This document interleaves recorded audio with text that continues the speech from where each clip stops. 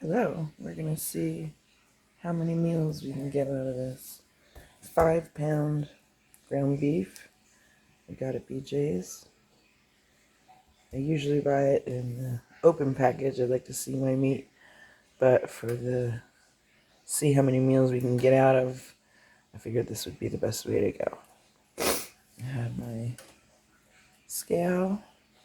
We're going to do meatballs first. And those meatballs I'm going to actually grind up a pork chop and throw that in there as well. Let's get to it. So the pork chop I'm going to add to the ground beef to make the meatballs. I did cut into smaller portions. I'm just going to add them to our food processor. These are a little thick, so might need a couple go rounds.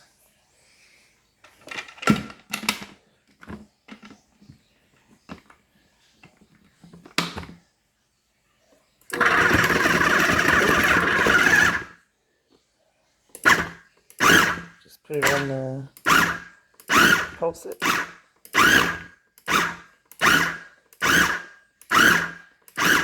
Doesn't have to be total mush. That's about right.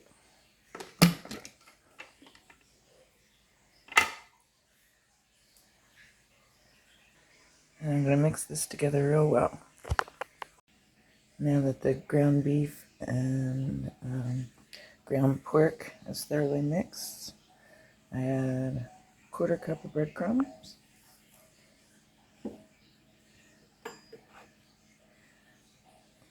1/4 cup of Parmesan cheese,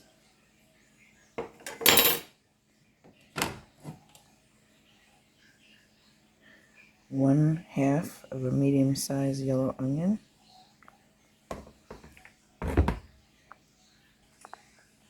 1 beaten egg, and as you guys saw in my other video, I tend to go heavy on the spices and rarely measure them. This is basil. We're going to add some oregano. And then we mix. It's time to start rolling these into balls. I usually do about this big, but however big you do it is personal preference. I lined a cooking tray, and I also lightly sprayed it with olive oil so that they don't stick. So now we have 17 very large meatballs. The oven's at 375, and it's 440 currently.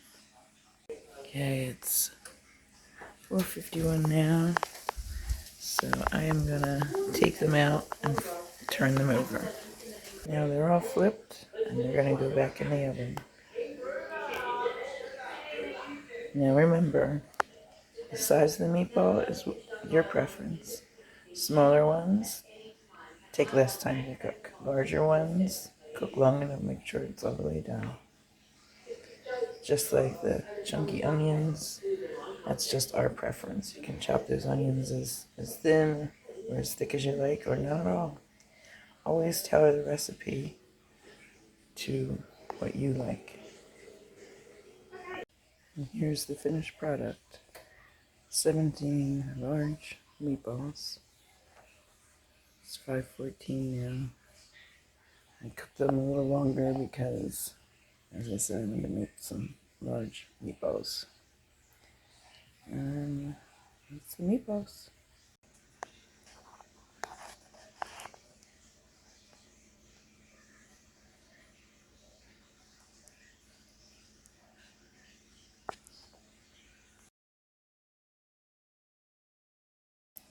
We're going to make some meatloaf as part of our how many meals from 5-pound, $20 package of ground beef.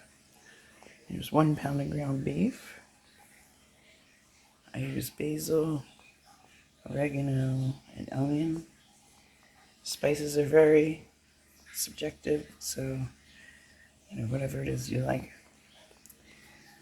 I'm gonna add 1 cup of breadcrumbs, 1 beaten egg. Oops, spilled a little. Half a cup of milk.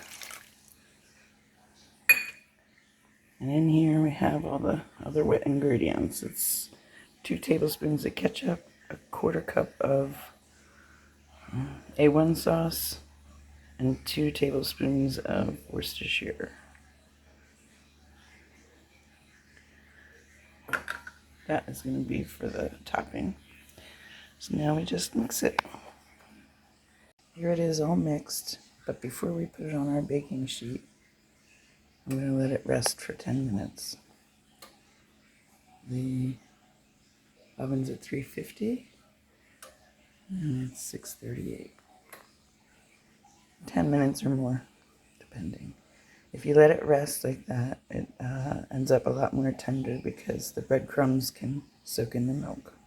Okay, we'll let it sit for almost 10 minutes. This is what it looks like.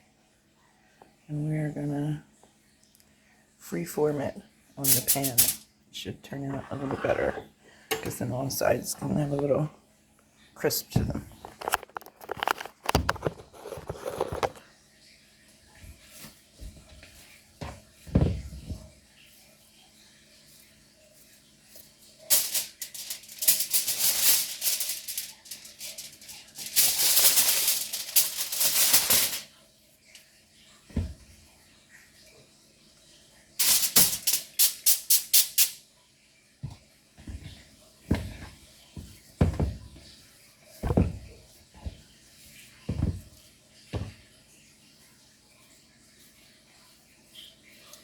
Try not to overmix it too much because it'll become a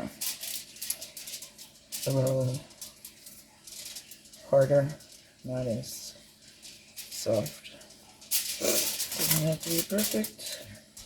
Try to get it about the same areas just for slicing, but I don't measure it or anything. Get it in.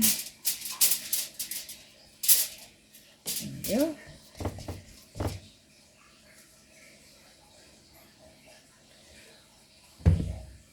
And then I'm going to top it with the glaze. It's just some ketchup, 2 tablespoons of ketchup, and just a splash of the Worcestershire sauce. I don't have anything fancy here. I'm just going to use my spoon to spread it.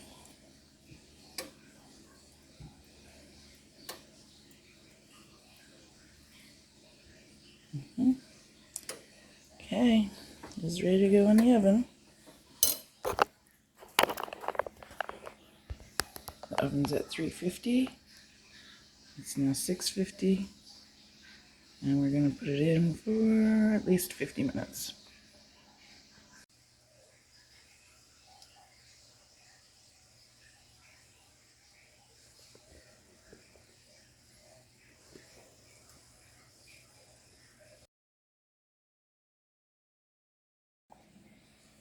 As part of our ground beef dinners series, we got 5 pounds of ground beef for $19.99.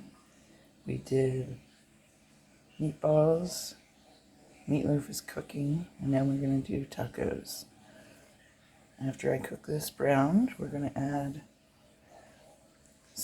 2 tablespoons of tomato paste, tablespoon of garlic, tablespoon of oregano, tablespoon of cumin, and I'm going to put 2 tablespoons of the chili.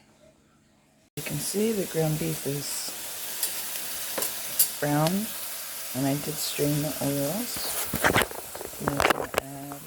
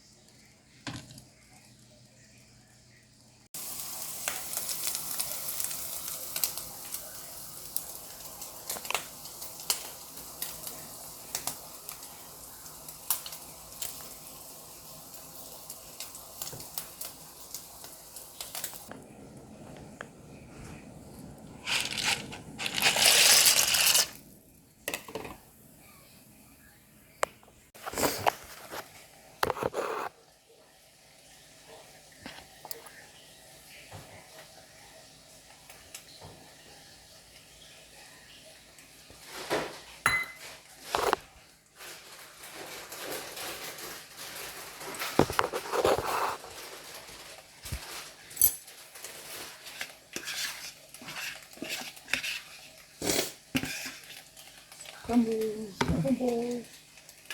Meat. Oh, that one.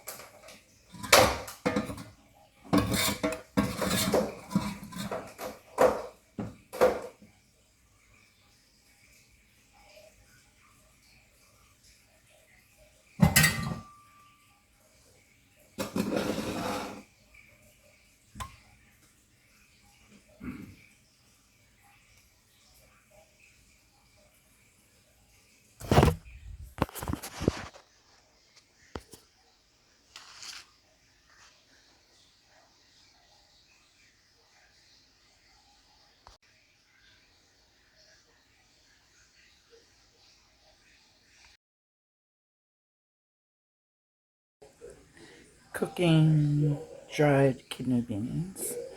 So for this, I soaked them for, it's been about 8 hours now.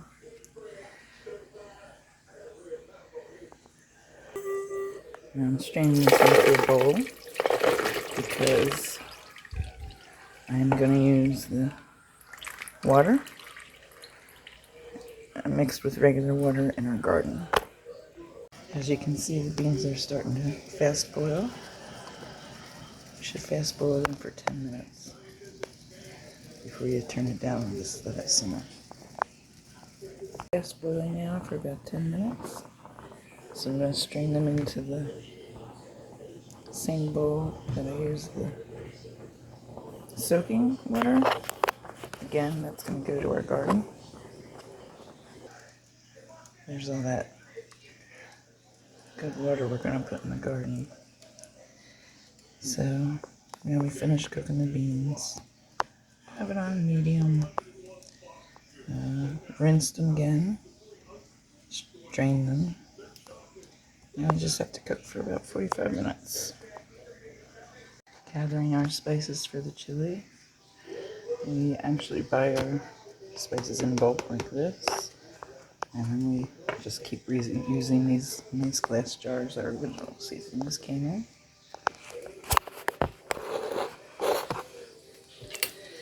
Tablespoon. Paprika.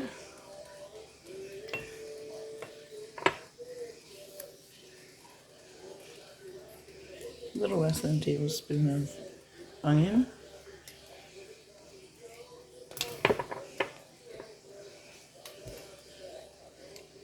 A tablespoon of dry garlic.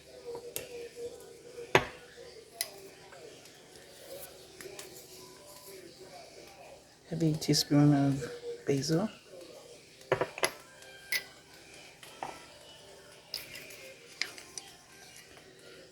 Heavy teaspoon of cayenne.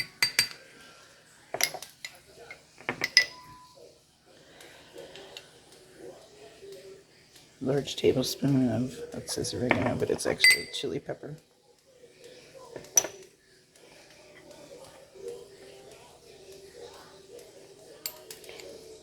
A light tablespoon of cumin.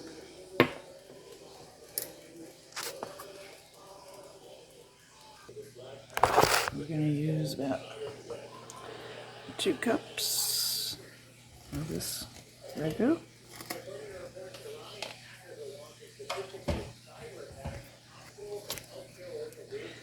2 tablespoons of paste.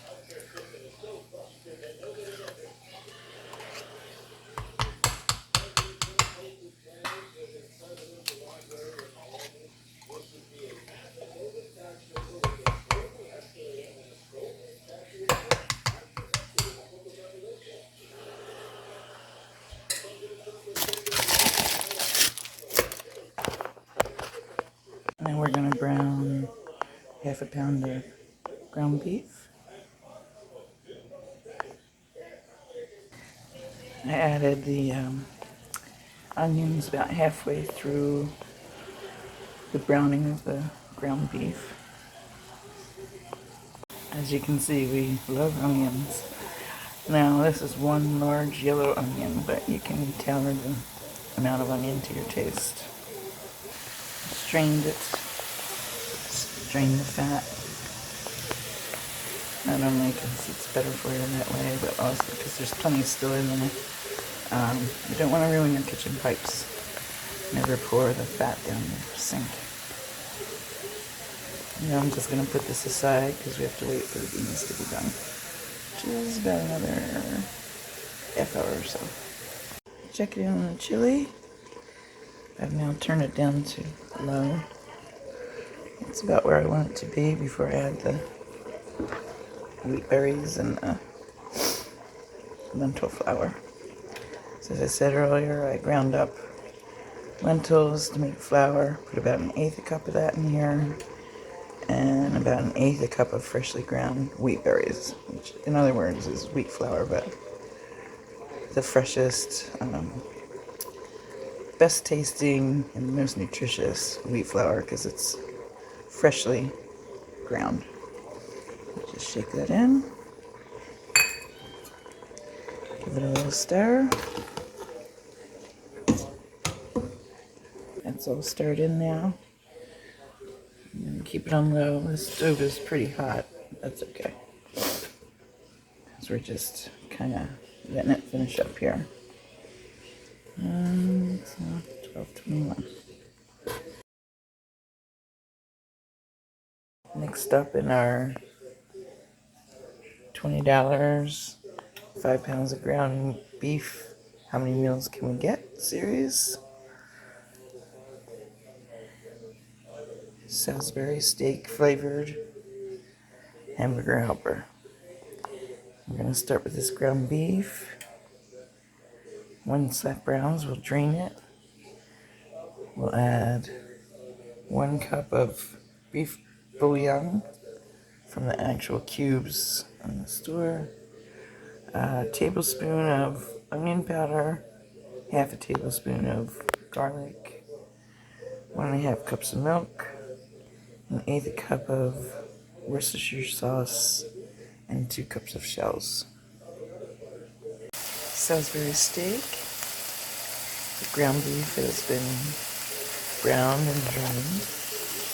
Now we're going to add 1 cup of beef bouillon, 1.5 cups of milk,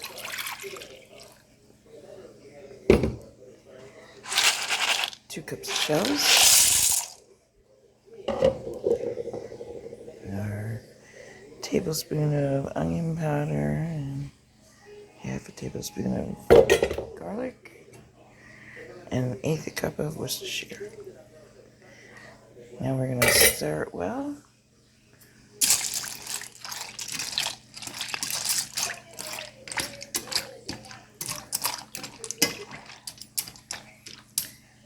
And put a lid on it. Leave a little spot open there to let some steam out. And just cook it until the pasta's done. The Salisbury steak DIY hamburger helper yielded 4 cups.